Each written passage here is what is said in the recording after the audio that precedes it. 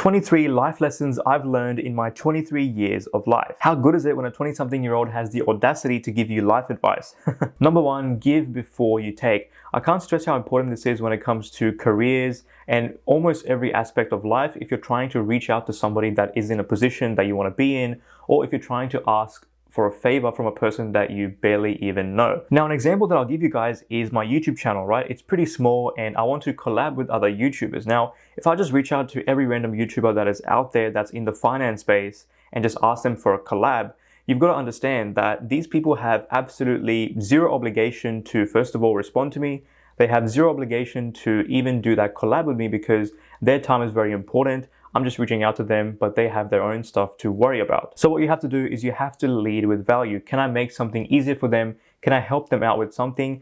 Oftentimes, not even looking for money. It could be something as simple as just video ideas. Content creators are always on the hunt for the best video ideas. So maybe I can brainstorm 20 different video ideas for them. Maybe I can introduce them to someone or give them tips on their videos and give them tips on their social media strategy. Just give them something of value so they can help me out as well and be reciprocal. This of course applies to not just YouTube, but careers as well. If you're trying to reach out to somebody that is in a higher position in their job, you always want to lead with value and think about how you can make their life easier before you ask for anything else in return. Number two, compound your relationships. Now, this is based off the whole thing with compound interest, where small contributions at the start lead to insane results in the future. Now, this concept can be applied in not just the money sense, but in relationships as well. I've learned this lesson in the past 2 years or so, how important friendships, good friendships and relationships are. If you can invest in them and find good people and, have good relationships, just think about how important and how stronger they're going to become in, 5, 10, 15, 20 years time with continual effort and just good vibes, good times. Number three, always be learning, right? This is pretty much a fundamental principle, right? You want to be someone who is a lifelong learner. Learning does not stop once you finish school after your 11, 12, 13 years of schooling and after uni. Learning is something that is something that is lifelong. You want to meet people and go into the conversation with the objective of learning something new, because you have to understand each person has learned something or has the skills that you don't have. So you want to approach the conversation with always wanting to learn something new and just be genuinely curious. Number four, to be successful, you have to have the audacity. Now, oftentimes when I look at people that have actually made it in content creation or social media, there isn't, much that is special about them. Obviously, they have worked very hard and they have worked on themselves, but generally speaking, they got to that position because they had the audacity, they had the fearlessness to actually put themselves out there and just give it a go.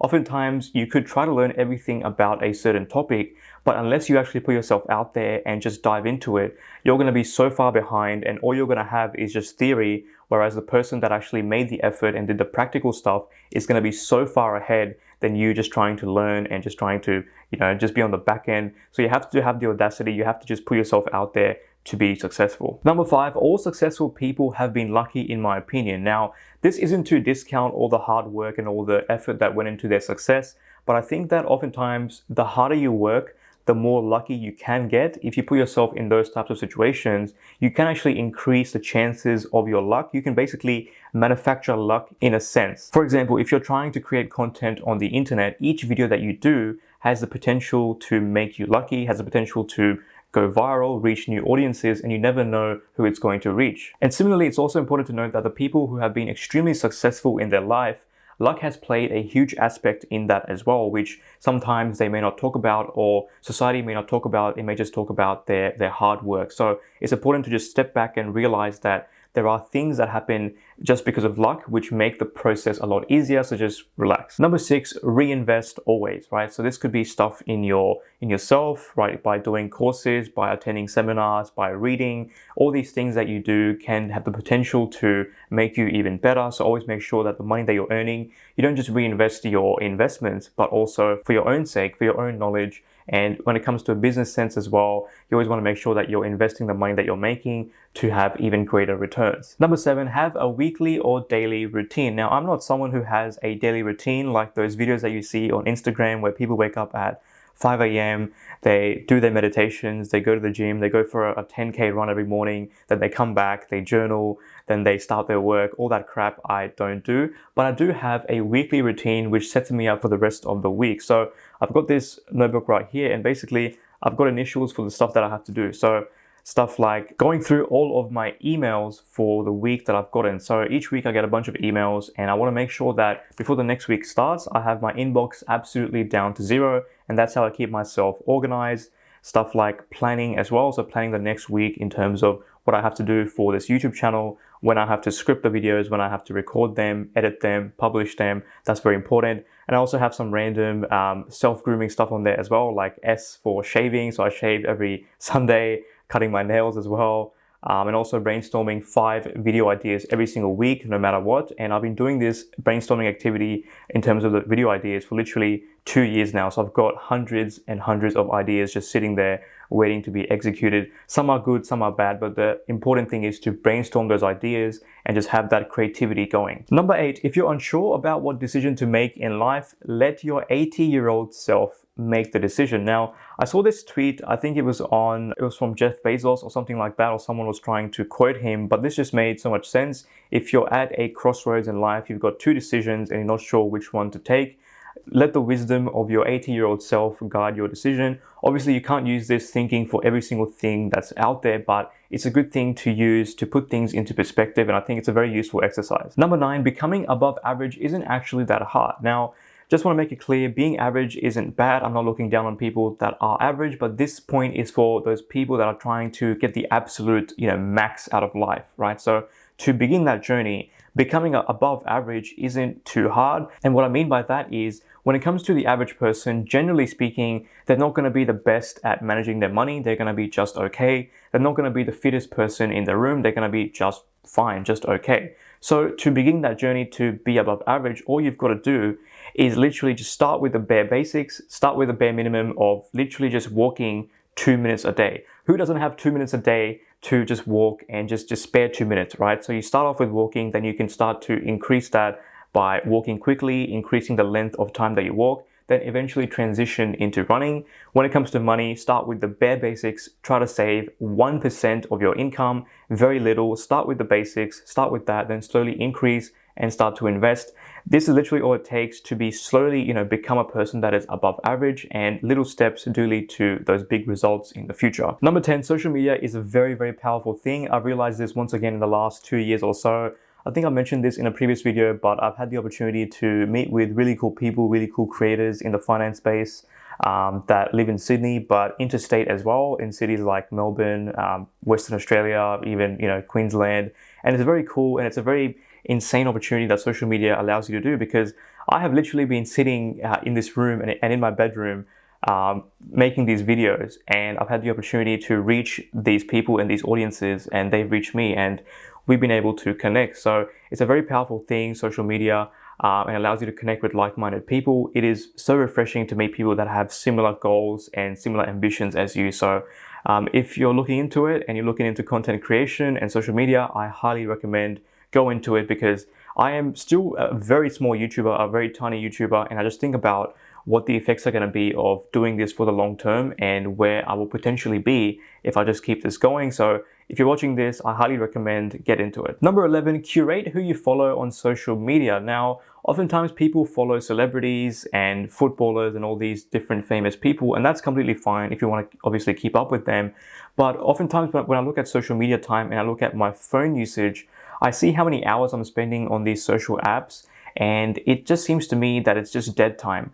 When I finish scrolling on social media and I look back on that time, I can't even remember what I was looking at, what I was scrolling through, and that's very dangerous, because every single day I'm spending hours and hours on these social media devices. So what you want to do is you want to try and curate your following, and you want to try and follow educational pages on just random stuff that you think that you like. So what's going to happen is you'll be consuming all the celebrity content and all the stuff that you want to do, but then on the side you'll also be consuming all this educational content, so that social media downtime that you have won't just be dead time when you're just scrolling, but it'll be kind of educational scrolling, if you get what I mean. And then of course you want to try and follow people that you disagree with on social media as well. Now look, I'm not saying go out there and follow the most radical, most insane people that are out there that are trying to do crazy things. Don't do that, but follow people that, have different things that they talk about that you don't necessarily agree with, right? And what that's going to do is it's going to do two things for you, either or. So first of all, it might cause you to reaffirm your beliefs into what you were already believing in and your view, or it might allow you to actually rethink your entire argument and rethink your entire way of how you approach things, right? And those are the moments which are the most powerful, because oftentimes what I'm seeing in social media is everything has become super polarized and you want to try to consume different things. So at least, you are not in some sort of an echo chamber. Number 12, literally nobody cares, okay? Nobody cares. All right, now this sounds a bit depressing, and what I mean by that is when you're trying to do something new, or you're trying to start a business or start a weird hobby like pottery or something like that, or you're trying to do social media, right? You might think that everybody is looking at you and they're trying to scrutinize your every single move. There's a concept in psychology called the spotlight effect, where a person feels that there's a spotlight on them and every single person is trying to judge their every move. But in reality, nobody actually cares. Everybody is just, worried about their own things. Everybody has their own demons that they're dealing with, and they have anxiety and all that sort of stuff. So they might look at what you're doing, they might judge it for literally 5 seconds, but after that, they're just going about their own day, and it's very important for you to just give it a go, because life is very, very short. Number 13, you're gonna have regret either way. Now, this is something that I learned and saw a quote on, which I'll put up on the screen if I can find it. And it basically says that if you have two decisions that you have to make, and you choose one, and you go down that pathway, and when you look at it in hindsight, you're gonna feel regret either way if you chose option A or option B. Now, an example that I'll give you guys is, let's say that a high schooler or an ex-high schooler has just finished high school and he has two options. One is to go to uni and do a 3-year degree, or take a few years off and go traveling. Now, if this said person chooses the uni path, they might go along their degree, and they might look at the other person who chose to take a gap year instead, and they might regret the fact that after high school they went into university straight away, and that person is having all the fun, and they're looking at their pictures, and that might feel very depressing. But similarly, if that person chose to instead, without going to uni, if they chose to take a gap year instead for a few years, they might have the time of their lives, but they might come back and they might look at their peers, and they might see everybody else in their degrees already, almost finished, and that might make them feel super behind, and might make them feel, somewhat poor as well, because they spent the last 1 or 2 years traveling. So there's trade-offs in every single scenario, and to get by this, you have to understand that essentially you try to make the best decision with the information that you had at the time, and just make peace with the fact that you are going to regret it either way. So just make the best decision you can today. Number 14, write letters to yourself. This might seem a bit cringe, but I've been doing this for the past couple of years or so. What I like to do is, before every year starts, so in December, I will basically write a letter to myself to be opened in 1 year time. And in that letter, I'm going to basically outline my thoughts and my feelings and my goals for the next year and what I want to achieve. And it's very interesting. Whenever I open up these letters at the end of the year, what I imagined was going to happen and what actually ended up happening was completely different. Not completely different, but mostly different, and things just didn't turn out the way that I expected. And it's a very cool reflection exercise that you can do. It doesn't have to be a super long letter. It feels a bit weird to write at the start because you don't know how to refer to yourself, but I highly recommend write these letters and reflect on them because it's a very cool exercise. Let's talk about money and wealth. Number 15, there are different paths to building wealth, and you have to try and not be dismissive of them. So if you look back for the last, if you were to rewind the time 20 years ago, the only real things that you could invest in would be real estate and stocks. These were the main assets that you could invest in. But if you look back for the last 10 years or so, we've seen a boom in all these new things that are coming into play, like cryptocurrencies, NFTs, and all these different assets. So all I'm trying to say is that you don't want to be dismissive of these new things. Try to understand them and try to learn about them. And once you've learned about them, then you can have an informed opinion and you can disagree on them, but do not be fully dismissive of these. There is immense earning potential in each of these different asset classes. You can make an insane amount of money in stocks, in real estate, in crypto, and NFTs as well. You can flip NFTs. There are literally teenagers out there that are making absolute bank off of just flipping NFTs and making money from crypto. There's different strategies as well. There's people out there that just buy and hold property for the long term. There's people out there that buy property, they renovate it, then they increase the rent. There's people out there that invest in the stock market for the long term. There's day traders, there are crypto investors, crypto day traders. There are people that invest in crypto and just take the income from it, they stake the coins and they get that return. There's different strategies to building wealth, and you want to try and understand them and not be dismissive of every single strategy that's out there. Number 16, spending money on conveniences is so underrated. Now, when we look at the general consensus of people generally think that spending money to save time is not really something that people should be doing. If you can do it yourself and save the money, that is something that you should be doing. So for example, if you're ordering something online and you're paying money for delivery, right, people often look down on that because you're paying money for something that you could have done yourself. You could have gone to the actual shop itself and you could have, got that item there and saved some money at the expense of your time. But I think that as you start to earn more money, it becomes more and more important to preserve your time, because time is the only thing that you have that is non-renewable. You can always make more money, but time is something that you'll never get back. So spending money on conveniences, on deliveries, and things that can really enhance the quality of your life is so important. Number 17, saving money is overrated. Now, what I mean by that is saving money is of course very important, but it gets so much emphasis on society where people are essentially trying to save, but first of all, they're not sure what they're saving for.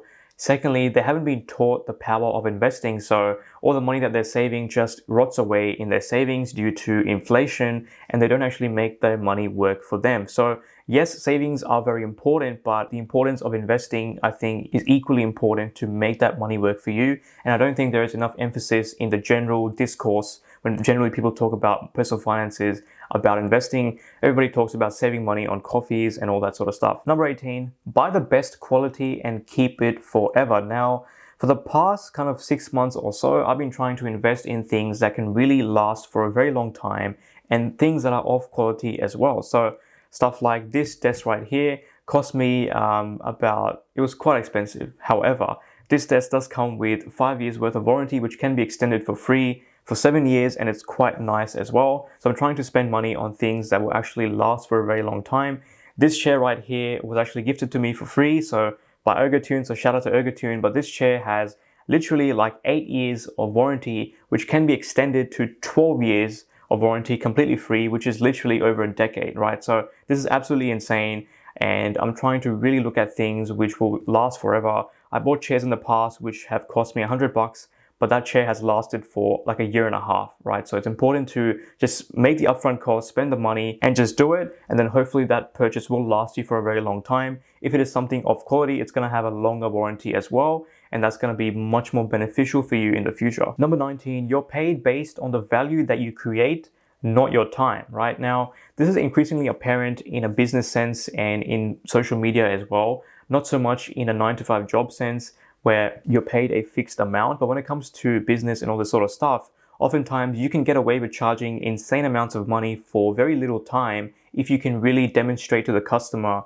the amount of value that you can provide. So an example that I'll give you guys once again is from social media is there are kids out there, teenagers out there right now that are literally charging brands tens of thousands of dollars for creating a 30-second TikTok video, right? Now, when you think about it and you're working like a standard job and you don't know anything about social media, you look at that and you think that this is absolutely ridiculous, right? How can, 30 seconds of effort somehow equate to thousands and thousands of dollars worth of money to be paid? But you've got to understand that this is a value that these people are able to create for the brand. They've spent a lot of time trying to build up their audiences and have that connection with their communities. Therefore, that is a price that they charge, and brands happily will pay for that exposure. There's a really good Instagram account that I follow called Visualize Value, and this picture basically summed it up so well. So the invoice is for turning one screw, so it actually costed $1 to turn a screw, but knowing which screw to turn is the thing that really adds value, right? And I think there's a very similar quote by Picasso as well, where he did a painting for someone and it took him a very short period of time and he charged like $1,000 for it or something. The customer was like, it took you 5 minutes to make this painting. How are you going to charge me such a huge amount of money? But Picasso said something like, it took him 5 minutes, but it took him like 20 years to master his craft or something. So that is where the real value is. And that's how, for a very little period of time, for a little amount of time, you can get away with charging insane amounts of money if you can demonstrate the value that you provide. Number 20, be self-reliant. This is so important, and I think that it's important for women specifically, but it applies to both women and men. Self-reliance in terms of money is so important. You've got to make sure that you're able to survive on your own if things go pear-shaped. Because look at it this way, right? I still work in banking, but when I spoke with customers around Australia, oftentimes I would hear people say that their wife handles the finances or the husband handles the finances. Now, for some people that might work fine, but I think it's very important to know at least where the money is going. And there's households out there where only the husband is working or only the wife is working. And this can be quite dangerous sometimes too, because if only the husband is working, the husband has access to the money supply, right? Now, you need money to exist in this world, right? Nothing is free. Water costs money. The only thing that's free is probably air. So if you've got someone that is controlling the money supply, you have to admit there is a power dynamic there where that person holds the power. So if something goes pear-shaped, things can go really badly really quickly. So it's very important to be secure financially and have your money and work as a team. Obviously, you can get help from each other, but it's important to be individually self-reliant if things go bad. Let's talk about career and work. Number 21, your work doesn't define you. Your hobbies, passions, and all those things do. So oftentimes when we meet someone new, the first question is, what do you do for work? Where do you work? What do you do in your job? And it almost always revolves around work because it's something that is so common to us. But I think that when it comes to